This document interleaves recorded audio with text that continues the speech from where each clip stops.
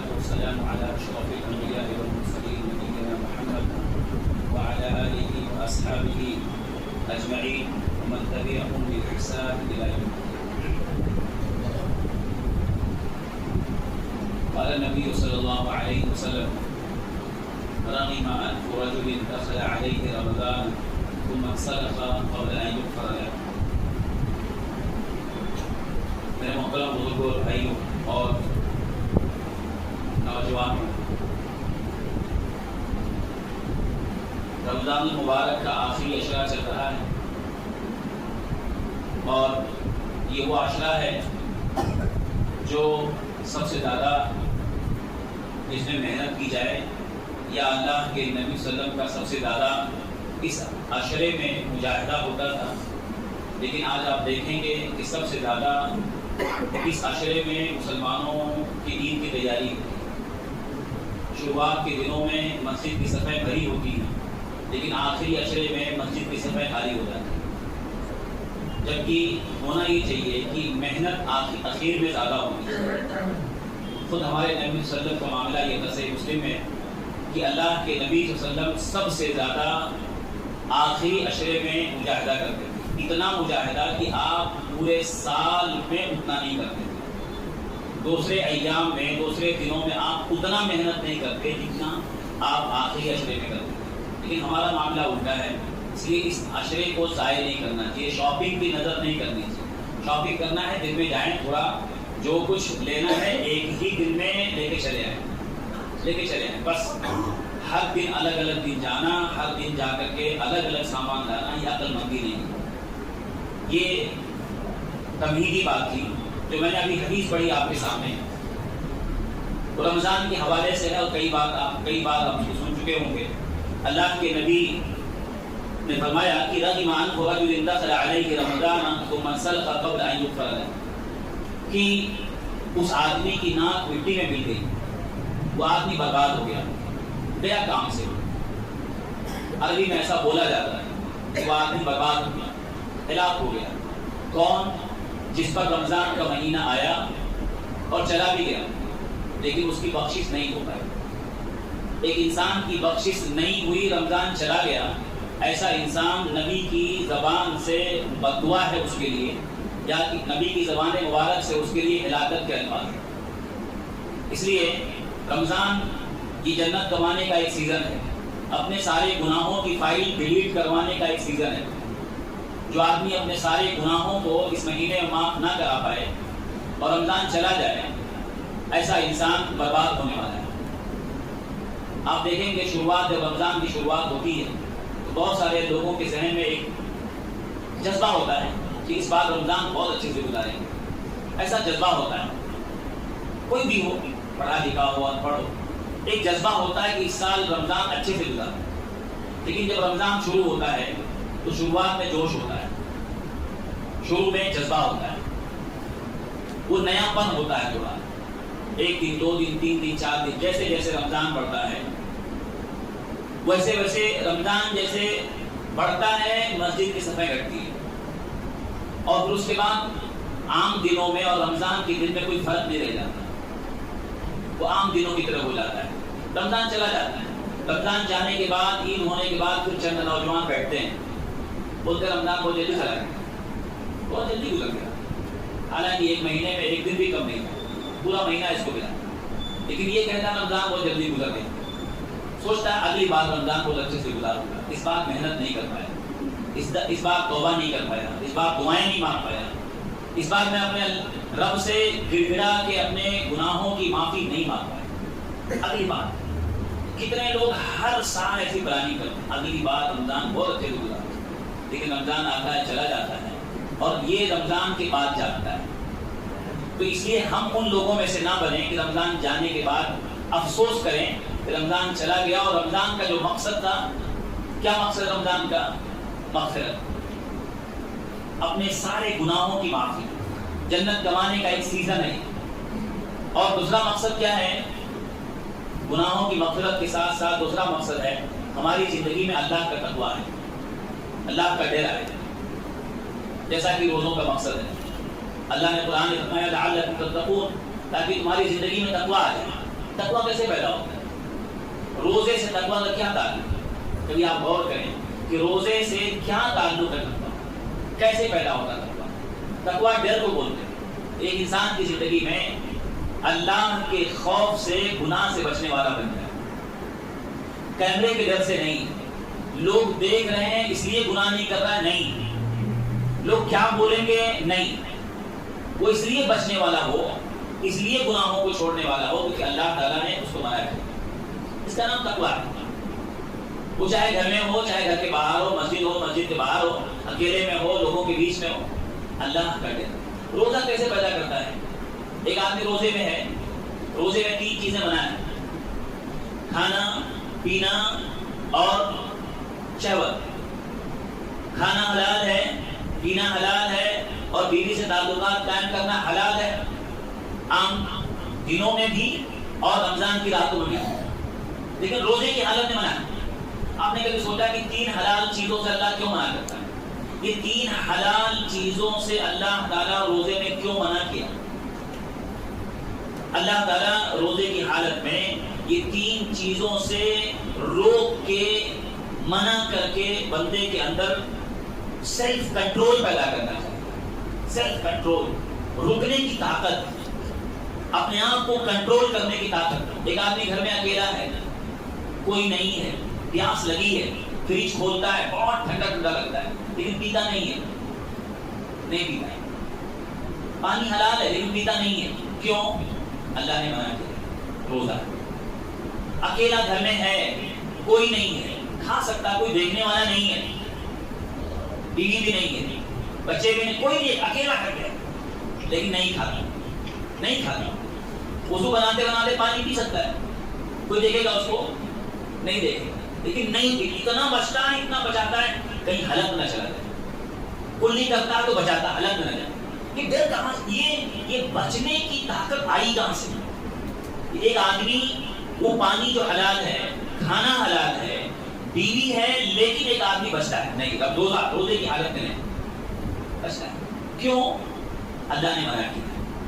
جو بندہ، یہی اللہ تعالیٰ 1 مہینہ بندے کے اندر، 1 مہینہ دن کی حالت میں، روزے کی حالت میں، رمضان میں 1 مہینہ حلال سے روک کے بندے کے اندر اللہ وہ طاقت پیدا کرنا چاہتا ہے، رکنے کی طاقت۔ جب تو حلال سے رک سکتا ہے اللہ کے بولنے سے، تو 11 مہینہ تو حرام سے کیوں نہیں رک سکتا ہے اللہ کے بولنے سے؟ یہی پاور ہے۔ جو آدمی روزے کا مقصد نہیں جانے گا، وہ زندگی بھر رمضان تک کوئی فائدہ اس کو نہیں۔ کتنے لوگ روزہ رکھتے ہیں لیکن اس کو مقصد نہیں مانتے کہ اللہ بس بھوکے پیاسے رہنا اصل مقصد نہیں ہے، وہ پاور، وہ سیلف کنٹرول، وہ طاقت اللہ پیدا کرنا چاہتا ہے کہ 11 مہینہ حرام سے بچنے والا بن جائے، 1 مہینہ حلال سے روک کے اللہ تعالیٰ وہ طاقت پیدا کرنا چاہتا ہے کہ بعد میں آدمی حرام سے بچنے والا ہو۔ یہ تقویٰ ہے، یہ تقویٰ ہے۔ تو یہ پہلا مقصد رمضان کا مغفرت ہے کہ اپنے پورے گناہوں کو اللہ کے سامنے رکھ دے بندہ کہ اللہ یہ غلطی میں نے کیا، معاف کر دے، ایک گناہ کو بیان کر کے معافی مانگ۔ نمبر 1۔ نمبر 2، یہ رمضان جائے تو ہمارے اندر تقویٰ اتنا اسٹرانگ ہو جائے، اتنا مضبوط ہو جائے کہ رمضان جانے کے بعد وہ حرام سے بچنے والا بن جائے، اس کی زندگی میں جو بھی حرام چیز آئے سامنے نہیں، آگے نہیں بڑھنے، چاہے وہ جاب کا مسئلہ ہو، چاہے کوئی اور مسئلہ ہو، حرام کی طرف نہیں۔ تو یہ 2 باتیں ہوئی جو رمضان کے حوالے سے ہوئی۔ آئیے ہم کچھ باتیں دیکھتے ہیں خاص طور پہ مسلم نوجوانوں کے تعلق سے۔ دیکھیے، رمضان صرف مسلم نوجوانوں کے لیے نہیں ہے، سب کے لیے ہے، لیکن کچھ باتیں نوجوانوں کے حوالے سے اس لیے کیونکہ آج ہم دیکھتے ہیں سماج میں جو بگاڑ ہے خاص طور پہ نوجوان طبقے میں، تو اس کی فکر کرنا ضروری ہے، اور خاص طور پہ سماج کے وہ لوگ جن کو اللہ تعالیٰ نے سماج میں ایک مقام دیا ہے، ایک رتبہ دیا ہے، بڑے لوگ ہیں، چاہے وہ سیاسی اعتبار سے ہوں، چاہے وہ دینی اعتبار سے ہوں، اگر سماج میں بڑے ہیں تو لوگ ان کی سنتے ہیں۔ ان کی ذمہ داری ہے کہ سماج میں خاص طور پہ جو نوجوان طبقہ ہے ان کو ان کی اصلاح کی فکر کی جائے، کیونکہ کوئی بھی چیز ہو، دیکھیے جو بڑے لوگ ہیں ایک طبقہ وہ ہوتا ہے جو اپنی عمر کراس کر چکے ہیں، بڑے لوگ، بزرگ لوگ جو نوجوانی کی عمر کراس کر چکے ہیں، اور ایک نوجوان طبقہ ہے۔ یہ دونوں جب مل جاتے ہیں نا تو سماج اچھا بن جاتا ہے۔ نوجوان جب اپنے بڑوں کی رہبری میں رہتا ہے، بڑے کون؟ سماج کے بزرگ لوگ جو اپنی عمر کراس کر چکے ہیں، جو تجربہ حاصل کر چکے ہیں، ان کے پاس بہت تجربہ ہے، اور نوجوان جب ان کے انڈر میں رہ کے چلتا ہے تو سماج اچھا بنتا ہے۔ آج ہم دیکھتے ہیں کہ بھئی نوجوانوں میں کیا کیا آج اخلاقی بگاڑ ہے، بہت سارے اخلاقی بگاڑ ہیں نوجوانوں میں۔ دیکھیں نوجوانی کی جو عمر ہوتی ہے نا، یہ بھٹکنے کی عمر ہوتی ہے، فتنے کی عمر ہوتی ہے۔ نوجوانی میں فتنے میں پڑنا بہت آسان ہوتا ہے، بہت آسان ہوتا ہے۔ بچپنا اور بڑھاپا یہ دونوں نوجوانی سے الگ ہے۔ جوانی ایک ایسا مرحلہ ہے نا کہ بچپنا اور بڑھاپا دیکھیے دونوں الگ ہے۔ بچپنے میں کیسا ہوتا ہے کہ آپ بچے کو لا کے کپڑا دے دو پہن لے گا، جو دے دو پہن لے گا، جو دے دو کھا لے گا۔ وہ آپ کی چوائس پہ ڈیپینڈ ہوتا ہے، اس کی اپنی کوئی چوائس نہیں ہوتی۔ پھر بڑھاپے میں معاملہ جا کر کے ویسے ہو جاتا ہے، جو بچہ لے آیا پہن لیا، جو لے آیا کھا لیا۔ لیکن جوانی کی جو عمر ہے نا، جب وہ بچپنے سے نکل کے جوانی میں جاتا ہے تو اب وہ ڈیپینڈ نہیں رہتا ہے۔ اب آپ کپڑا لا کے دو نہیں پہنے گا، اس کی اپنی چوائس ہے۔ آپ جو دو گے وہ نہیں کھائے گا، اس کی اپنی پسند ہے۔ بچپنے میں آپ دے دو کھا لیتا تھا، پہن لیتا تھا، کوئی اعتراض نہیں۔ لیکن جوانی میں آنے کے بعد اب وہ انڈیپینڈ نہیں ہے، اب وہ ڈیپینڈ نہیں ہونا چاہتا، وہ انڈیپینڈ ہونا چاہتا ہے۔ میں کسی پہ ڈیپینڈ نہیں، میں اپنی چوائس اپنا۔ آپ دیکھیے اپنے گھر میں دیکھیے، جو بچے آپ کے سامنے جوان ہوئے، آپ دیکھیے ان کا بچپنا اور آپ جو جوان ہوئے۔ جوانی کی جو عمر ہے نا، یہ ایک ایسا مرحلہ ہے، ایسا پیریڈ ہے جو بہت زیادہ بھٹکنے کے چانسز ہوتے ہیں۔ ایک دم ہیوے کھلا ہوتا ہے اس کے سامنے، جسم کے سارے اعضاء جوان ہوتے ہیں، عقل جوان ہوتی ہے، ہر پارٹ جوان ہوتا ہے، کچھ کرنے کی اس کے اندر طاقت ہوتی ہے۔ اگر اسی عمر میں وہ اپنی جوانی کو بچا لیا اور اپنی جوانی کو صحیح رخ پہ ڈال دیا تو دنیا بھی اس کی بن جاتی ہے، آخرت بھی سنور جاتی ہے۔ اور جو اس عمر کو برباد کر دیا یا سنبھال نہیں پایا، یا سنبھالنے والے لوگ جو اس کے گارجین یا اس کے ذمہ دار اگر تھوڑی سی لاپرواہی کرتی ہے تو جوانی برباد ہو جاتی ہے۔ آج کتنے لوگوں کی جوانی برباد ہو چکی ہے۔ بہت سارے مظاہر، چند باتیں ہم دیکھتے ہیں کہ ہمارے نوجوانوں میں کیا کیا جو اخلاقی بگاڑ ہے جو آ رہا ہے سماج میں، ہم گھر گھر میں دیکھ رہے ہیں۔ آپ دیکھیں کہ پہلی چیز یہ ہے بڑوں سے بدتمیزی۔ آپ دیکھیے گھر گھر میں، آپ دیکھیے بڑوں سے بدتمیزی، زبان لڑانا۔ اب وہ ادب نہیں رہ گیا ہے۔ جیسے بچہ تھوڑا سا جوانی کی عمر ہو جاتا ہے، اس کا ٹون بدل جاتا ہے، اس کے الفاظ بدل جاتے ہیں۔ ماں ہو، باپ ہو، چچا ہے، بڑوں سے بدتمیزی، ماں سے اچھے سے بات نہیں، باپ سے اچھے سے بات نہیں۔ یہ ہمارے سماج میں باقاعدہ ہو رہا، ہم دیکھ رہے ہیں اپنی آنکھوں کے سامنے۔ تو یہ ایک پہلی چیز ہے کہ بڑوں سے بدتمیزی آج ہمارے نوجوانوں بہت تیزی کے ساتھ، وہ بدتمیزی دھیرے دھیرے آگے بڑھ کر کے علماء سے بھی بدتمیزی کرنے لگتے ہیں۔ کتنے نوجوان ادب نہیں ہے، ادب نہیں۔ کیوں؟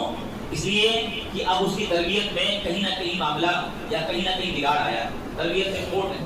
ایک پہلی چیز بڑوں سے بدتمیزی آئی ہے سماج میں اور گھروں میں بھی۔ نمبر دو، دوسری چیز جو ہم اپنے آنکھوں کے سامنے دیکھ رہے ہیں بڑوں یعنی نوجوانوں میں، مسلم نوجوانوں میں خاص طور پہ غیروں کی نقالی ہے۔ غیروں کی مطلب یہود و نصارہ آپ کہہ لیں یا غیر مسلم آپ کہہ لیں، جو دوسروں کی نقالی ہمارے نوجوانوں بہت تیزی کے ساتھ آ رہی ہے، چاہے پہننے میں ہو، کھانے پینے میں ہو، رہن سہن میں ہو، بات چیت میں ہو، چلنے پھرنے میں ہو، وہ نقال بن گیا، کاپی کر رہا ہے۔ آج مسلم نوجوان میں غیروں کی کاپی بہت تیزی کے ساتھ ہے۔ وہ دیکھتا ہے کہ فلاں فٹ بال پلیئر ہے، اس نے اگر تھمس اپ پی رہا ہے الٹے ہاتھ سے تو یہ بھی اسٹائل میں پی رہا الٹے ہاتھ سے۔ یعنی اس نے کس کو فالو کیا؟ ایک بے حیا۔ ایک مسلم نوجوان اپنے نبی کا اسوہ چھوڑ کر غیروں کے اسوے پہ جا رہا ہے بہت تیزی کے ساتھ۔ پہننے میں آپ دیکھ لیجیے، پہننے میں اگر وہ دیکھتا ہے کہ کوئی بد کردار، چاہے وہ فلم اسٹار ہو اور چاہے کوئی بھی، وہ دیکھتا ہے کہ اگر وہ سلے کپڑے پھاڑ کے پہنتا تو یہ بھی پھاڑ لیتا ہے، یہ بھی پھاڑ کے پہنتا ہے، وہ گھسیٹ کے چل رہا ہے، یہ بھی گھسیٹ کے چل رہا ہے، اگر وہ اٹھا کے گھٹنے کے اوپر کر لیا تو یہ بھی چڈا پہننے لگتا ہے، اس کو دیکھ، وہ اگر الٹے ہاتھ سے کھا رہا ہے، یہ بھی الٹے ہاتھ سے کھا رہا ہے، یہ نکالی آ رہی ہے، ایک ایک چیز کاپی کر رہا ہے، اگر وہ بال ایسا کٹاتا ہے جو ایک دم سمجھیے کہ دیکھ کر کے برا لگے گا، تو یہ بھی اس کے دیکھ کر کے، اسی کو دیکھ کر کے نکالی کرتا ہے، ہر چیز کاپی ہے، یہ مسلم نوجوانوں میں آ رہا ہے۔ یہ دوسری چیز ہے جو ہمارے نوجوانوں بہت تیزی کے ساتھ کر رہے ہیں، اور اللہ کے نبی نے فرمایا تھا لَتَتَّبِعَنَّ سَنَنَ مَنْ كَانَ قَبْلَكُمْ، تم اپنے پچھلوں کے نقشے قدم پہ چلو گے۔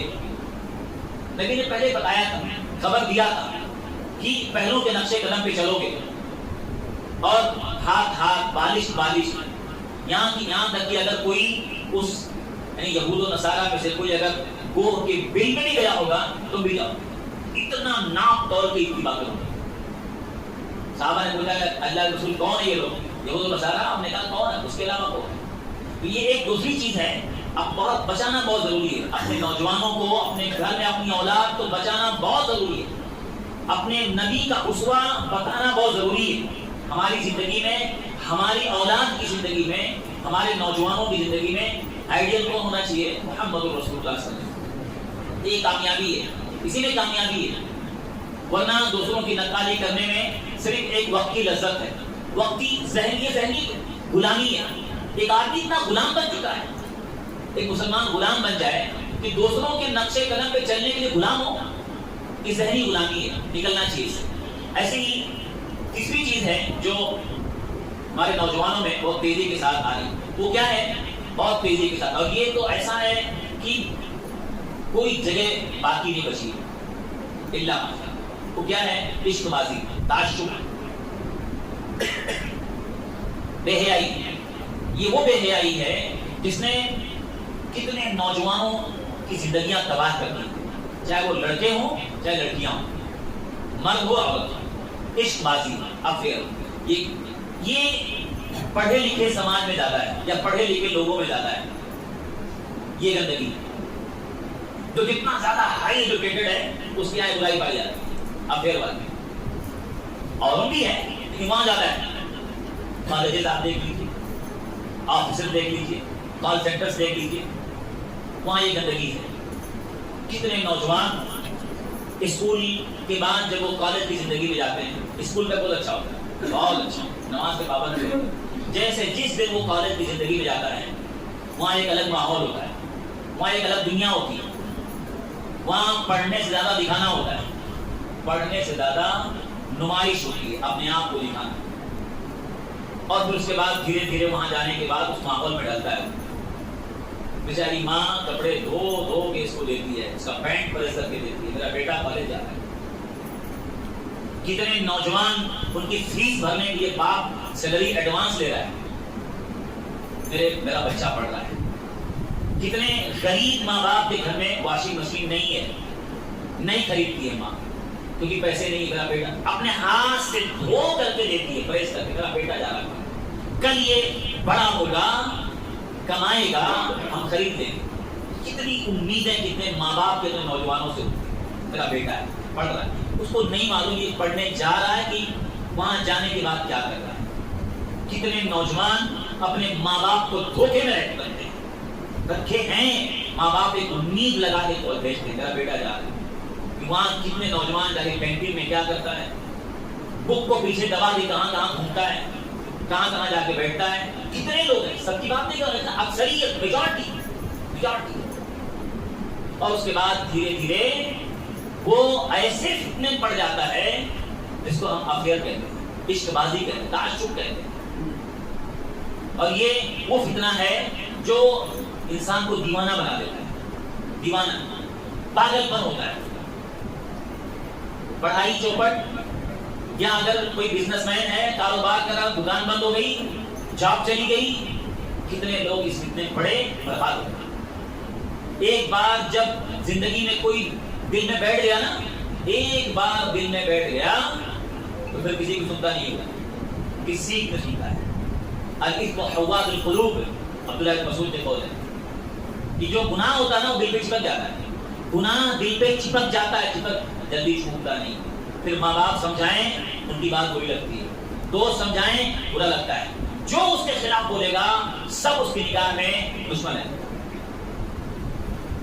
ایک وہ گندگی ہے، اس لیے مسلم نوجوانوں سے خاص طور پہ یہ وہ گندگی ہے، افریت کی گندگی، بہت دور رہو۔ ایک بار اگر یہ گندگی دل پہ آ گئی، زندگی ایک بار دل میں کوئی بیٹھ گیا، اب اس کو نکاح کرنا پڑے گا، کرنا پڑتا ہے سماج کے دباؤ میں، اور نکاح کر لیا اور بعد میں پچھتاتا، زندگی بھر کے لیے اس کے گلے میں وہ عورت پھنس جاتی ہے، پھر سوچتا ہے کیا ہوگا، بہت بڑی غلطی کرتا ہے۔ اس لیے بہت اپنے آپ کو، نوجوانوں کو بہت سنبھالنا چاہیے۔ اچھے نوجوان بھی جو کالج جاتے ہیں یا اور جگہوں جاتے ہیں جگہ کام کرنے آفیسر، لیکن بچا کے رکھتے ہیں۔ نوجوانی کی عمر فتنہ، کبھی بھی اس کے قدم پھسل سکتے ہیں، بچانا بہت ضروری ہے، بچاؤ۔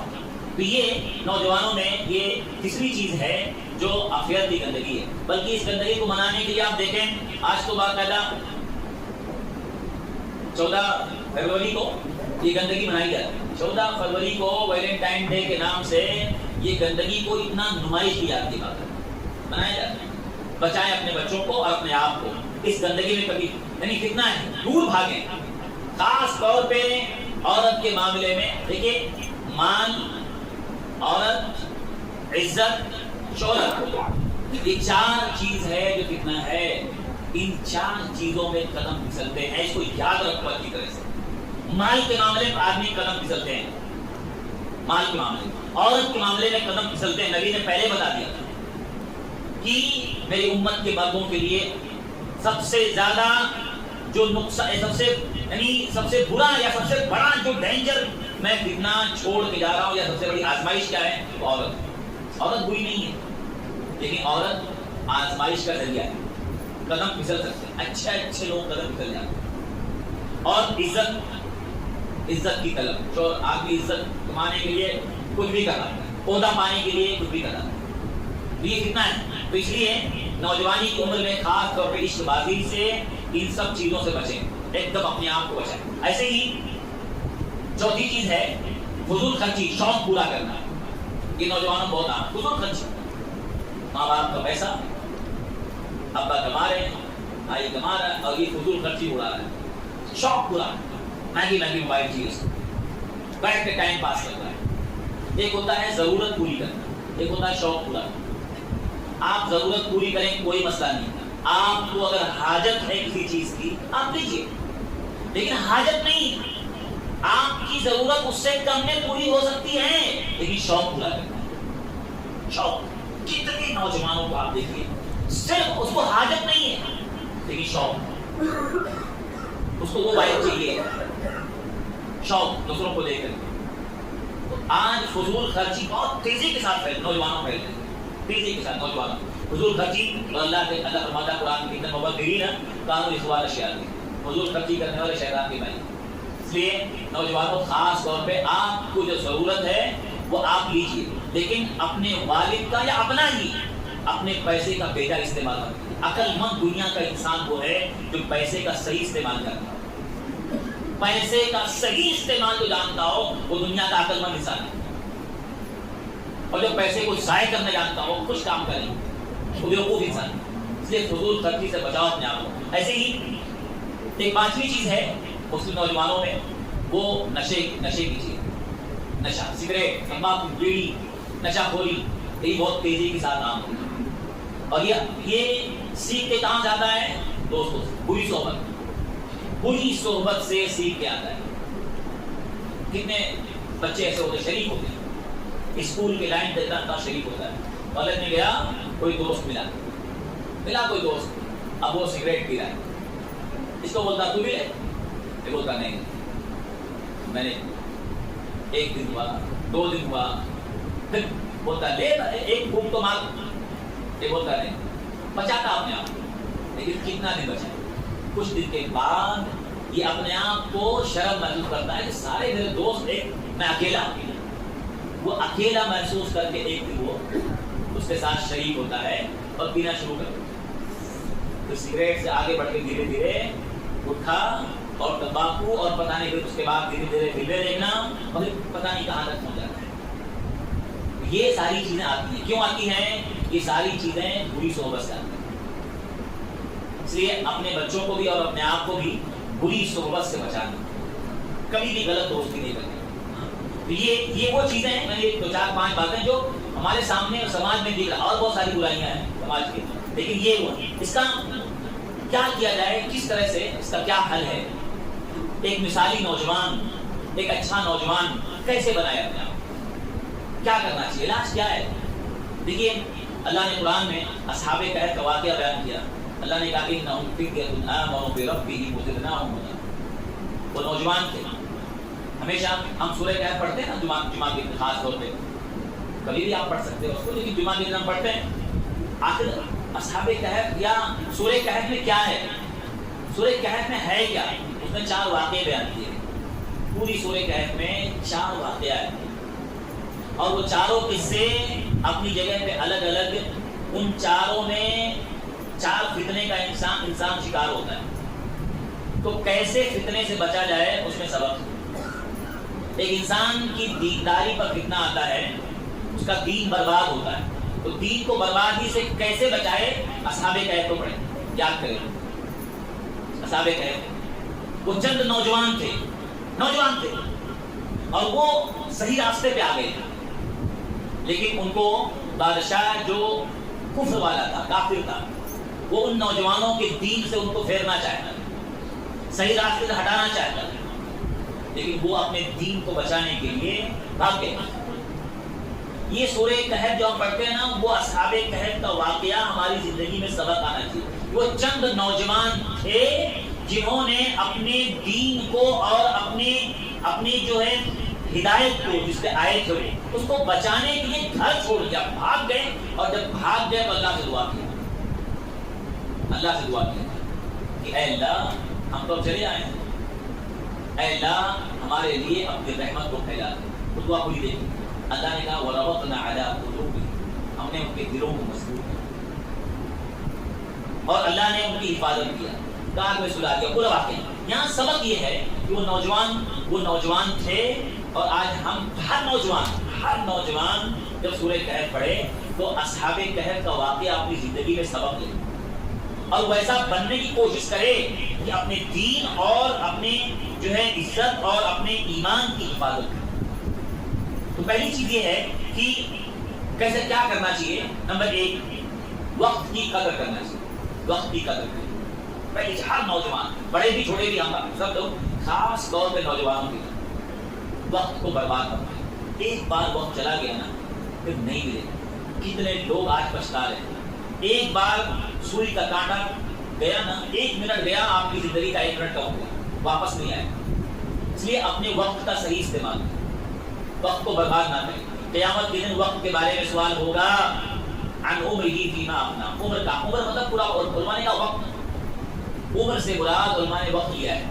وقت کہاں گزارا، تیرے اوقات کہاں گزرے، وقت کہاں گزارا۔ آج ہم دیکھیں مسلم نوجوانوں کا زیادہ وقت کہاں گزر رہا ہے، یہاں وہاں بیٹھا ہے، دوستوں بیٹھ کر کے گھنٹوں جا رہا ہے، موبائل میں اسکرول کرتا ہے۔ ایسا آپ دیکھیے، ایک اتنا بڑا معاملہ ہے، جیسے ہوتا نا کہ مطلب گندگی کو جانور ایسا، آپ دیکھیے کچھ جانور ہوتے ہیں گندگی کو ایسا کھولتے ہیں، یہ بھی رات کی مصیبت ہوتا ہے۔ کہاں وقت برباد کر رہے ہیں؟ Social media. وقت کی قدر کریں اور اپنے اوقات کو ضائع نہ کریں۔ سب سے زیادہ آج وقت جو برباد ہو رہا ہے ایک نوجوان کا سوشل میڈیا ہے۔ اتنا بڑا فتنہ ہو گیا ہے کہ نماز کے بعد پہلے موبائل دیکھ لیں، وہ دیکھتا کوئی لائک کیا نہیں ہے، فیس بک چل رہی، ایک بھوکا ہے، لائک کا بھوکا ہے، سو کے اٹھتا پہلے موبائل دیکھتا۔ یہ جو وقت کی بربادی آج ہماری سوشل میڈیا بچائیں اپنا۔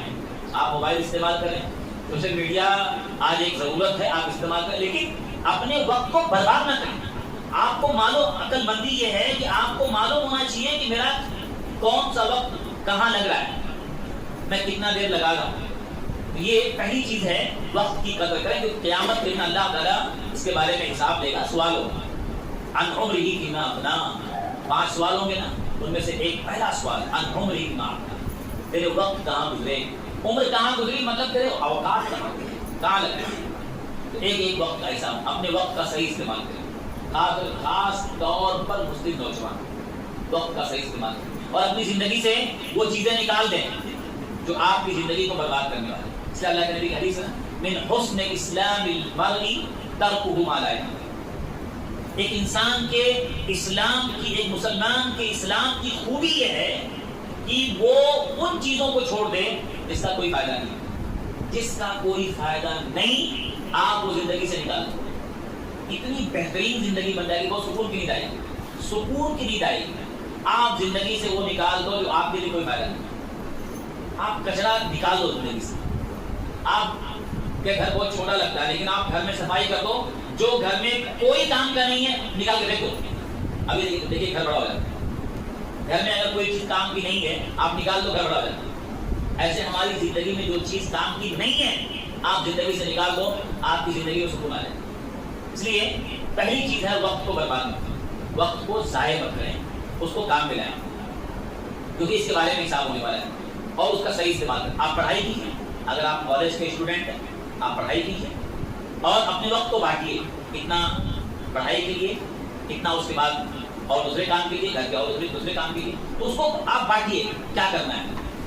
نمبر 2 دوسری چیز ہے جو جوانی کی عمر میں، خاص طور پہ نوجوانوں کے لیے، کہ اس عمر میں اپنے آپ کو عبادت کی طرف لائیں، عبادت میں اپنے آپ کو لگائیے. کہ جوانی کی عمر میں خاص طور پہ عبادت پہ زیادہ دھیان دینا چاہیے، کیونکہ آپ نے خاص طور پر فجر کی نماز، یہ سارے نوجوان یاد رکھو، خاص طور پہ جوانی میں عبادت کو لازم پکڑنا اور خاص طور پر فجر کی نماز. یاد رکھیے نماز انسان کی زندگی میں انسان کے اندر طاقت پیدا کرتی ہے. نماز انسان کو بے حیائی سے روکتی ہے، لیکن آج سب سے زیادہ مسلم نوجوانوں میں جس چیز میں لاپرواہی ہے وہ نماز میں سب سے زیادہ.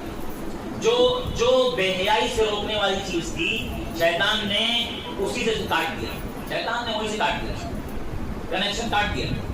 بھئی جہاں سے اللہ کی مدد آنے والی تھی، جہاں سے بے حیائی روکنے والی تھی، شیطان نے اسی سے انسان کو دور کر دیا، نماز. تو دوسری چیز یہ ہے کہ اپنے آپ کو، اپنی نوجوانی کی عمر کو عبادت میں لگائیں. یہ معمولی نہیں ہے. دنیا میں ایک تو طاقت، قوت اور بے حیائی سے حفاظت، دوسری چیز ہے کہ آخرت میں اللہ کے عرش کا سایہ. اللہ کے عرش کا سایہ ہم اگر چاہتے ہیں، ہر نوجوان کتنا قیمتی نوجوان ہوگا. آپ دیکھیے کتنا قیمتی نوجوان وہ نوجوان ہوگا جس کی جوانی اللہ کی عبادت میں گزری. ایک نوجوان وہ ہے جو اپنی جوانی کو یہاں وہاں ٹائم پاس میں گزارا، اور ایک نوجوان وہ ہے جو اللہ کی عبادت میں گزارا. قیامت کے دن ایسا نوجوان اللہ کے عرش کے سائے میں ہوگا. وَشَابٌ نَشَا فِي عِبَادَةِ رَبِّهِ. وہ 7 قسم کے لوگ جن کو اللہ کے عرش کے سائے میں جگہ ملے گی. ایک وہ نوجوان بھی ہوگا جس کی جوانی مستانی میں نہیں گزری، دیوانی میں نہیں، یہاں وہاں گلی کھوچے میں بیٹھ کر کے جو بھوکے بھیڑیوں کی طرح یہاں وہاں اپنی نگاہوں کو آوارہ بنانے میں نہیں. اس نے اپنی جوانی کو اللہ کی عبادت میں لگایا. دنیا کے کام میں ٹھیک ہے، اس کے بعد اللہ کی عبادت. تو ایسا نوجوان قیامت کے دن اللہ کے عرش کے سائے میں لے گئے. اس لیے دوسری چیز ہے عبادت کی شوقین بنیں اور عبادت کو اپنی زندگی کا حصہ بنائیں، خاص طور پہ نماز. ایسے ہی تیسری چیز یہ ہے کہ نوجوانوں سے نصیحت ہے کہ علماء سے جڑے رہیں. علماء خاص طور پہ نیک لوگ، مطلب نیک لوگوں کی صحبت اختیار کریں، اور نیک لوگوں میں خاص طور پہ علماء. آج نوجوان کٹا رہتا ہے. آپ کے پاس کتنے علماء کے فون نمبر ہیں آپ بتائیے. آپ سوچیں کہ میرے پاس کن عالموں کے نمبر ہیں کہ کوئی مسئلہ ہوا پوچھ لیا کریں. اگر نہیں ہے تو آپ یہ سمجھیے کہیں نہ کہیں افسوس کیجیے. آج کے دور میں اگر نوجوان اپنے عالم سے نہیں جڑا ہوا ہے برباد ہو جائے، گمراہ ہو جائے. تو یہ تیسری نصیحت ہے کہ آپ اپنے اچھی صحبت اختیار کریں. اور اچھی صحبت میں سب سے اچھی صحبت اس کی ہے، سب سے اچھی صحبت علماء کی صحبت. اس لیے سلف کہتے تھے کہ وہ خوش، یعنی ایک نوجوان کی خوش نصیبی یہ ہے، خوش بختی یہ ہے کہ اللہ اس کی زندگی میں کوئی عالم یا کوئی سنت کی اتباع کرنے والا کوئی عالم اس کی زندگی میں لے آئے. جس نوجوان کی زندگی میں کوئی عالم اس کا دوست بن جائے، کوئی عالم اس کی زندگی میں آ جائے، کتاب و سنت کی اتباع کرنے والا کوئی عالم، وہ خوش نصیب نوجوان، کیونکہ اس کو بچائے گا، کہیں غلط جائے گا سنبھالے گا، کہیں جاب پہ جانا ہے غلط جاب بچائے گا، نہیں غلط ہے بچائے، اس کی آخرت بنائے گا. اس لیے نوجوانوں اپنے علماء سے جڑے رہو، کوئی بھی مسئلہ ہو علماء کے پاس جاؤ، بیٹھو مجھے صلاح دو، مشورہ لو. یہ آج کے دور میں اپنے علماء سے چمٹے رہنا اپنے دین اور عزت کی حفاظت ہے. جیسے ایک بچہ اپنے باپ سے ماں سے چمٹا رہتا ہے نا، ایسے آج کے دور میں نوجوانوں اپنے علماء سے چمٹے رہو. ہر معاملے میں کوئی بھی ان کے مشورے کے بغیر کوئی بھی قدم اٹھا نہیں. یہ ہماری عزت اور دین کی حفاظت ہے، تو یہ ہم کو کرنا چاہیے. اور ایسے ہی اگلی چیز جو نوجوانوں کے لیے خاص طور پہ ایک مثالی نوجوان کے لیے وہ یہ کہ اپنے آپ کو بری صحبت سے بچائیں بری صحبت سے. اللہ کے نبی کی حدیث ہے الرجل علی دین خلیلہ، ایک آدمی اپنے دوست کے دین پہ ہوتا ہے، آدمی اپنے دوست کے دین پر ہوتا ہے. فَلْيَنْظُرْ أَحَدُكُمْ مَنْ يُخَالِلُ، تم میں سے ہر آدمی چیک کر لے کہ دوستی کس سے کر رہا ہے. آج کتنے لوگوں کی زندگی میں برباد یا بگڑنے کی وجہ ان کی بری دوستی ہے. مت کریں، اچھی دوستی کریں لیکن بری دوستی سے بچائیں اپنے آپ، اپنے بچوں کو بچائیں. دیکھنا نگرانی کرنا چاہیے بچوں کی کہ میرے بچے کس سے دوستی کرتے ہیں، کون لوگ ہیں. گالی گلوچ، کتنے بچے گالی سیکھ جاتے ہیں. آپ دیکھیے ایک بچہ گالی گھر میں دینے لگتا ہے، وہ گالی سیکھا کہاں سے سیکھا؟ کہیں نہ کہیں سنا ہے، وہ کہیں نہ کہیں سنا ہے. تو اگر اس کی دوستی یا اس کا اٹھنا بیٹھنا بروں کے ساتھ ہے وہ کبھی کریں گے. اور ایسے ہی بڑے لوگ بھی اگر دوستی پوری کریں گے، غلط دوستی انسان کو ہلاکت کرے جاتی ہے. اس لیے اصل میں کیا ہوتا ہے نا، جو اللہ کے نبی نے فرمایا نا کہ آدمی اپنے دوست کے دین پہ ہوتا ہے. کیا مطلب؟ دوست کے دین پر ہوتا ہے مطلب یہ ہے کہ دوست کی عادتیں اس کے اندر ٹرانسفر ہو جاتی ہیں. جیسا دوست ہوگا ویسا یہ بن جائے گا. اگر آدمی اگر اس کا برا دوست ہے تو یہ برا بن جائے گا. اصل اچھائیاں بہت جلدی نہیں آتی ہیں لیکن برائیاں بہت جلدی آ جاتی ہیں. اس لیے یہ چوتھی بات ہے کہ بری صحبت سے اپنے آپ کو بچائیں، اپنی اولاد کو بچائیں اور اچھی دوستی کریں. ایسے ہی نمبر 5 خاص طور پہ نوجوان، نگاہ کی حفاظت کرو. نگاہوں کی حفاظت. اگر دل کو پاک کرنا چاہتے ہو، دل ایک دم کلین ہو، اللہ کے سامنے جب دل میں کھڑا ہوں تو میرا دل صاف ہو، قلب سلیم. قیامت کے دن کامیاب ہوگا جو اللہ کے پاس قلب سلیم لے کے آئے. قلب سلیم اللہ نے قرآن میں کہا یوم لا ينفع مال ولا بنون الا من اتى الله بقلب سلیم. صاف دل جو لے کے آئے گا وہی کامیاب ہوگا. اگر ہم چاہتے ہیں آج کی زندگی میں ہمارا دل صاف ہونا، اپنی نگاہوں کی حفاظت کریں. نگاہوں کی بات، آنکھوں سے جو ہم دیکھتے ہیں، جو علم آنکھوں سے اندر جا رہا ہے وہ دل پہ جمع ہوتا ہے. آنکھوں کا ڈیٹا اگر خراب ہے تو آپ دل کو گندگی سے بچا نہیں سکتے. آنکھوں کا ڈیٹا صحیح کرو. جو انسان دیکھتا ہے وہ دل پہ جا کے بیٹھتا ہے، چاہے وہ موبائل میں دیکھے، ٹی وی میں دیکھے یا ایسے ہی آنکھوں سے دیکھے. جو دیکھتا ہے وہ دل پہ جاتا ہے. اس لیے آنکھوں کا ڈیٹا صحیح کرو. غلط چیزیں نہیں دیکھیں، بے حیائی نہیں دیکھیں. آج سب سے زیادہ جو ہلاکت اور بربادی ہے وہ یہی آنکھوں کا ڈیٹا خراب ہو گیا. کتنے بچوں کی نگاہیں خراب ہو رہی ہیں، کتنے بڑوں کی نگاہیں خراب ہو رہی ہیں. 2 بجے رات تک، 3 بجے رات تک موبائل میں بزی ہے، موبائل دیکھ رہا ہے. اور کیا کوئی پڑھائی نہیں کر رہا ہے؟ پڑھائی کر رہا ہے بھائی. بس جو میں نے شروع میں کہا نا، بس وہی شارٹس دیکھنا ہے اور کچھ نہیں، یا کچھ اور دیکھنا ہے. تو اپنی نگاہوں کی حفاظت کریں، دل صاف ہو جائے گا. اپنے بچوں کی بھی نگاہوں کی حفاظت کریں، اپنے آپ کو بھی، اپنے گھر میں بھی بچوں کی، سب کی. نگاہوں کی حفاظت کرنے سے اللہ نے قرآن میں کیا فرمایا؟ قل للمؤمنین یغضوا من ابصارہم، اے نبی آپ لوگوں سے آپ کہہ دیجیے مومنوں سے اپنی نگاہیں نیچے رکھیں۔ اللہ نے آگے کیا فرمایا؟ ذالک ازکی لکم، اتنی پیاری نگاہ کی حفاظت کریں، نگاہوں کی حفاظت اللہ نے آگے جو فرمایا ذالک ازکی، یہ پاکیزگی ہے، یہ دلوں کی پاکیزگی ہے۔ جب نگاہ صاف ہوتی ہے، نگاہ اچھا دیکھتی ہے، دل پاک ہوتا ہے۔ نگاہ گندا دیکھے گی، دل ناپاک، دل گندا ہو جائے گا۔ اگر آپ چاہتے ہیں میرا دل پاک ہو، صاف ہو، آنکھ صحیح کریں۔ اس لیے یہ نوجوانوں کے لیے نصیحت ہے، ہم سب کے لیے نصیحت ہے، ہم سب کے لیے کہ اپنی نگاہوں کا ڈیٹا صحیح کریں، غلط نہیں دیکھنے کا، حرام چیزیں نہیں دیکھنے کا، بالکل نہیں دیکھنے کا۔ آپ اپنے موبائل کو ہسٹری ایک دم صاف کر دیں، ہسٹری ڈیلیٹ کر دیں۔ آپ جو دیکھتے ہو وہی چیزیں بار بار آپ کے اوپر آتا ہے۔ آپ ایک بار ہسٹری ڈیلیٹ کر دو اور ایک بار اچھی چیزیں دیکھو، علماء کے بیانات سنو، آپ کو بار بار وہی آئے گا، وہ سب جانتے ہیں۔ آپ جو ایک بار سرچ کرتے ہو دوبارہ وہ گوگل والا وہی آپ کو دے گا، آپ کو بار بار وہی آئے گا۔ آپ ہسٹری بند ایک دم صاف کر دو، ہسٹری اڑا دو پورا، اور اس کے بعد نئے سرے سے اچھی چیزیں آپ اس میں دیکھو، تاکہ آپ کو ہر دن اچھی چیزیں آئیں۔ یہ چیز ایسے ہی ایک آخری بات یہ ہے کہ اپنے آپ کو اسلامی سانچے میں ڈھالیں، اپنے آپ کو اسلامی رنگ میں رگیں، غیروں کی نقالی چھوڑ کے۔ ہمارے لیے اسوہ کون ہے بھائی؟